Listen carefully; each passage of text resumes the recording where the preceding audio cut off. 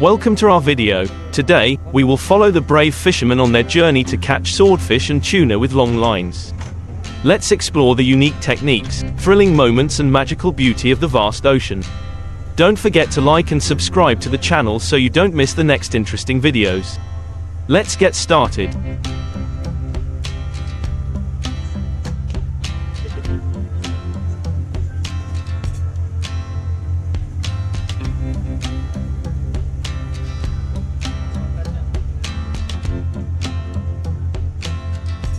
Sword fishing can be done during the day or at night, but you'll need to adjust your approach accordingly. Until a few decades ago, sword fishing was often considered a late-night reward for a saltwater fishing trip. Anglers would leave a few baits out overnight so that a night watch could be on the lookout in case a swordfish decided to bite. Today, the offshore fishing community has amassed a wealth of knowledge about how to fish for swordfish around the clock. Swordfish are no longer considered lucky catchers, but valuable trophies that tick all the boxes: reliability, size, beauty, fierce and exciting fight, and great food.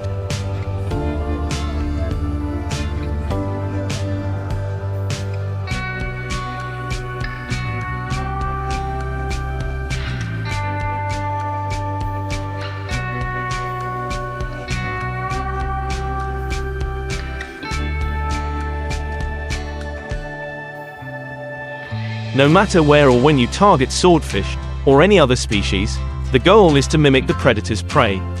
That means you'll want to use similar baits and place them in strategic locations where swordfish feed. Basics, right? Let's dig deeper. During the day, you'll want to fish at extreme depths. 2,000 to 5,000 feet is a typical depth. Use heavy drop weights tied to a heavy rubber band to reach baited depths. Use a long lead from the leader, ideally 150 feet.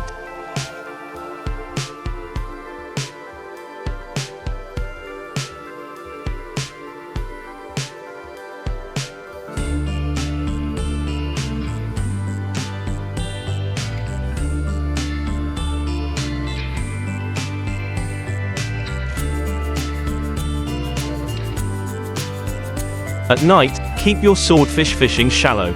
Squid, one of their favorite baits, migrate at night, giving you the opportunity to mimic their movements at depths of about 100 to 800 feet. A 20-foot lead is a good place to start. Of course, you'll need glow sticks for swordfish fishing at night. Use battery-powered lights, as chemical lights will glow at depths of about 400 feet. As with everything in fishing, anglers have varying opinions on what baits work best.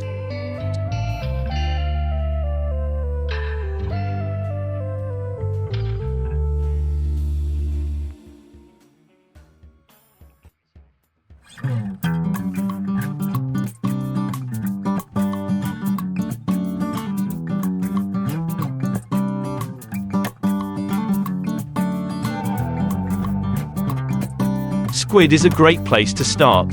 Some anglers add a small rubber squid case when not using dead squid. Tinker mackerel, herring, mahi-mahi, and skipjack tuna are also solid swordfish bait options. If you need a great source of dead bait, you can't go wrong with Baitmasters of South Florida. Proper line preparation is always important, but it's especially important when you're fishing at extreme depths during the day. Take the extra time and effort to properly prepare your line the first time.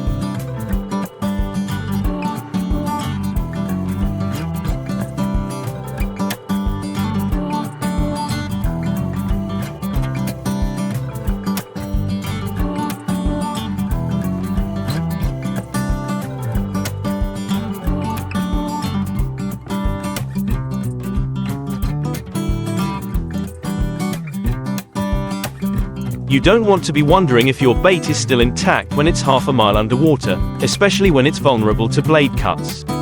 Whether you're sword fishing during the day or at night, the clearest sign that you've hooked one is when you pull it back and keep pulling. The battle is on.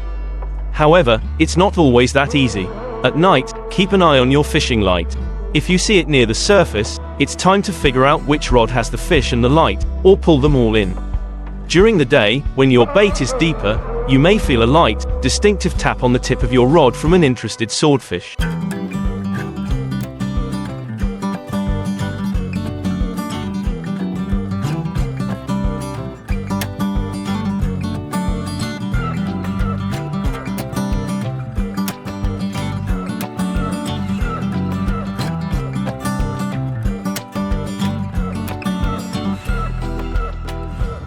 Sword fishing requires strategy and finesse.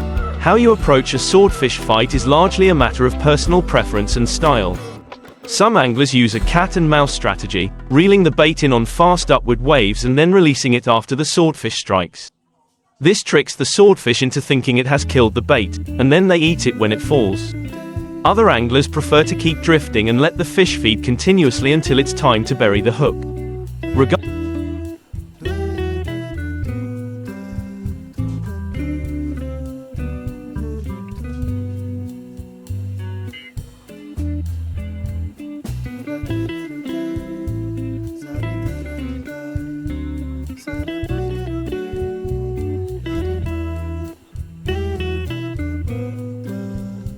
Regardless of how you lure the swordfish, setting the hook when the time comes can be difficult, especially during the day when you're fishing swordfish at extreme depths. Some anglers use the boat's thrust to set the hook deep, but this can be excessive, resulting in pulling the hook. A safer option is to be persistent and determined until the drag stops or slips, indicating that you have reached maximum pressure and the hook is buried. When you learn how to catch swordfish, be prepared for a fierce fight. Swordfish are known to jump when they approach the surface, and they are extremely fast and heavy.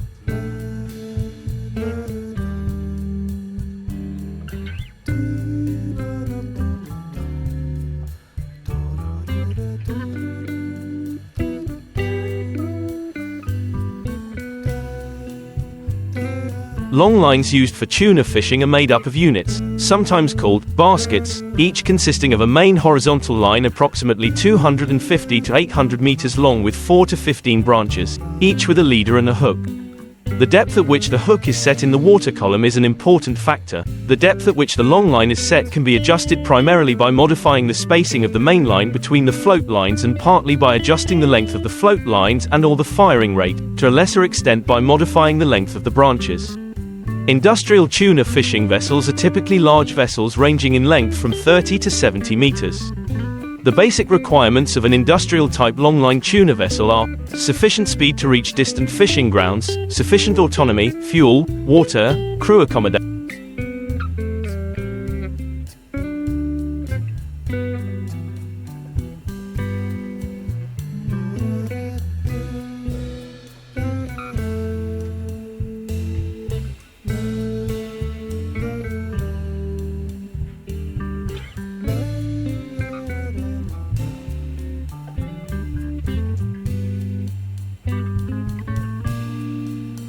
etc. The ability to operate on the high seas, sometimes rough seas at cold temperatures, very efficient cold storage facilities, to achieve extremely cold temperatures below 45 degrees Celsius, to keep the valuable tuna for many months, suitable deck layout and equipment, protection of the crew from harsh weather and sea conditions, machinery for rapid longline and line pulling and suitable storage facilities for the preservation of fishing gear and accessories. These large specialized vessels can be away from their home ports for 10 to 24 months. If the vessel's voyage is less than a month, in principle, the tuna can be released directly into the segregated fish hold. However,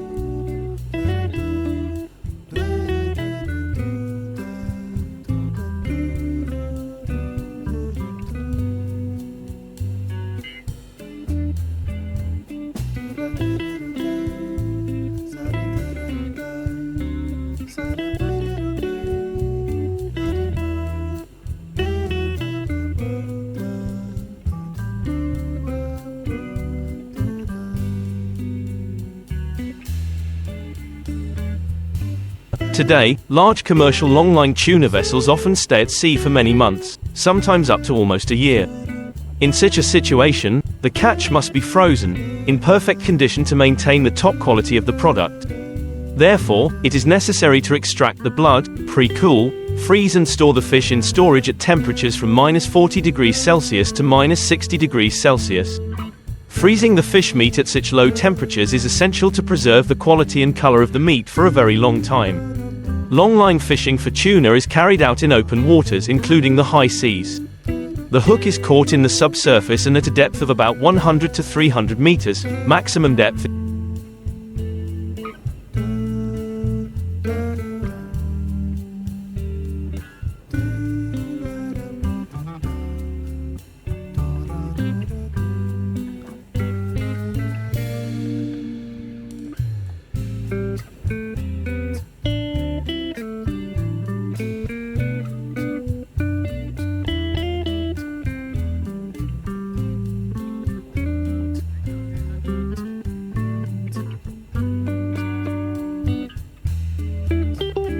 is 175 meters for conventional tuna fishing and 300 meters for deep-sea tuna fishing. Longline fishing for tuna is a type of passive fishing technique that uses a fishing line with a baited hook as a fishing tool. Midwater longline fishing for tuna allows catching fish in midwater and near the surface, during casting and retrieval. Midwater longline fishing for tuna, originating in Japan, is now the widely used method for catching tuna at depths from below the surface up to 300 meters. The most common method is with purse seine, the latter being more suitable when the tuna are grouped in large schools and usually not deeper than 100 meters. A typical set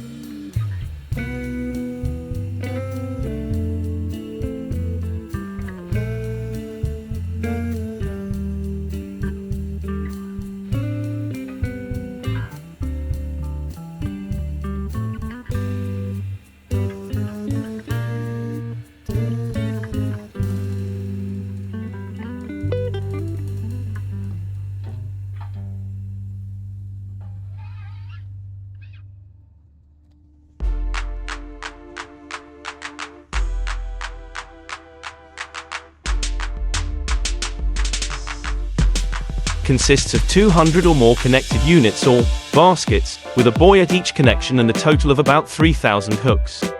Details of the fishing operations. The operations given below are given as examples only because they reflect specific conditions, size and equipment of the vessel, crew and fishing conditions. Bait fishing can be done manually or with bait fishing machines. The traditional bait is mackerel. Depending on the target species, squid and various fish species, e.g. mackerel, are used as bait. In manual baiting, a crew member is responsible for attaching the bait to the hook, which is done by piercing the bait with the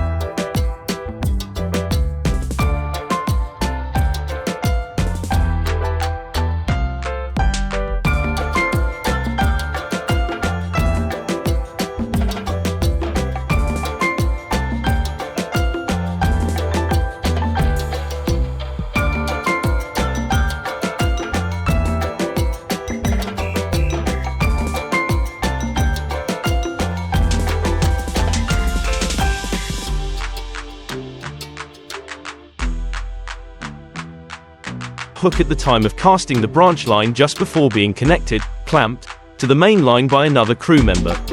The baiting machine is usually located behind the line storage rail. The bait is fed into the machine via a barbed conveyor. It is important that the bait is firm as this helps ensure a good hook rate. Before setting the line, the bait is removed from the freezer and partially thawed before use. The baiting machine is typically designed to bait 10-20,000 hooks per day. A typical set consists of 200 or more units, baskets, connected together, with a float at each connection and a total of about 3,000 hooks.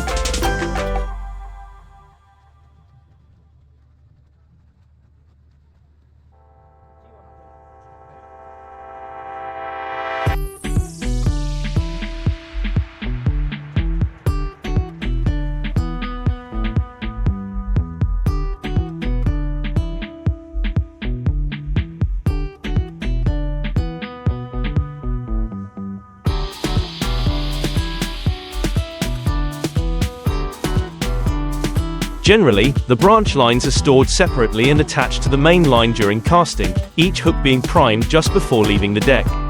The vessel sails at speeds of 9.5 to 11.5 knots. Long ropes are fed from the after wells on the upper deck via a series of PVC pipes and a hydraulic rope feeder, located on the lower deck amidships, at a speed of approximately 450 meters per minute, 27 kilometers per hour.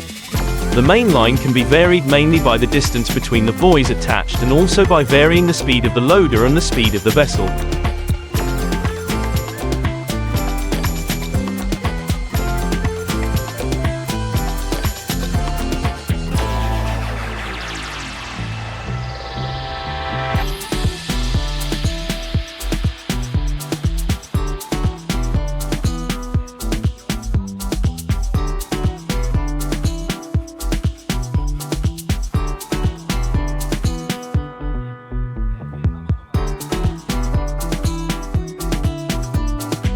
The speed of the snoods and the buoys attached to the main line and therefore the distance between the snoods, is controlled by the room operator. Radio buoys are used to position the line at the start of the pull or in the case of a stable line. Between 2,500 and 3,000 hooks are placed over a total distance of about 100 kilometers, taking about 5 or 6 hours to complete each laying. At least 5 crew members are required to set up. After the last radio buoy is set, the crew rests for about 4 hours before starting the towing operation. In general, the start time depends on the length of the line and the number of baskets.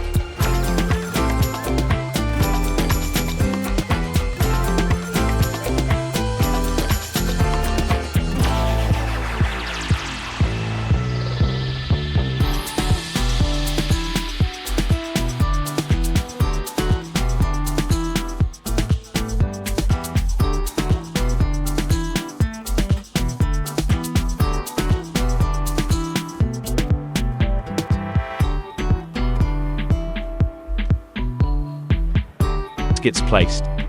3. Pulling a tow line usually takes at least a day, 11 hours or more, and requires a puller and 1 or more crew members. The last radio buoy is usually the first to be hauled aboard. It is located by directional radar or radio and hauled aboard and separated from the main line. The main line is passed through the reel guides and through the hydraulic main line. The speed of the retrieval is controlled by a crew member. The main line is reeled under its own tension from the ice puller, carrying it across the deck from starboard to port. Any disturbance in the main line is eliminated as it moves over the ice. The vessel runs along the main line at an average speed of about 6 knots, with the line being retrieved over the starboard web at a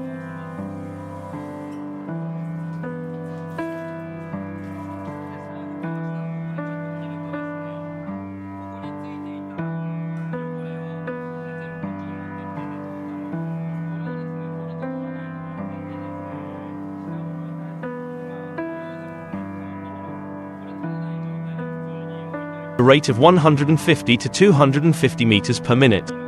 Branches can be withdrawn from the main line as they pass over the side of the vessel or after they have passed the puller. The lines are reeled, either by hand or by an automatic reel, and secured around the line with a loop wire near the clamp, then bundled into bundles of about 20 or so strands or into baskets. These bundles or baskets and the buoys are set together on a glued layer on the port side of the ship.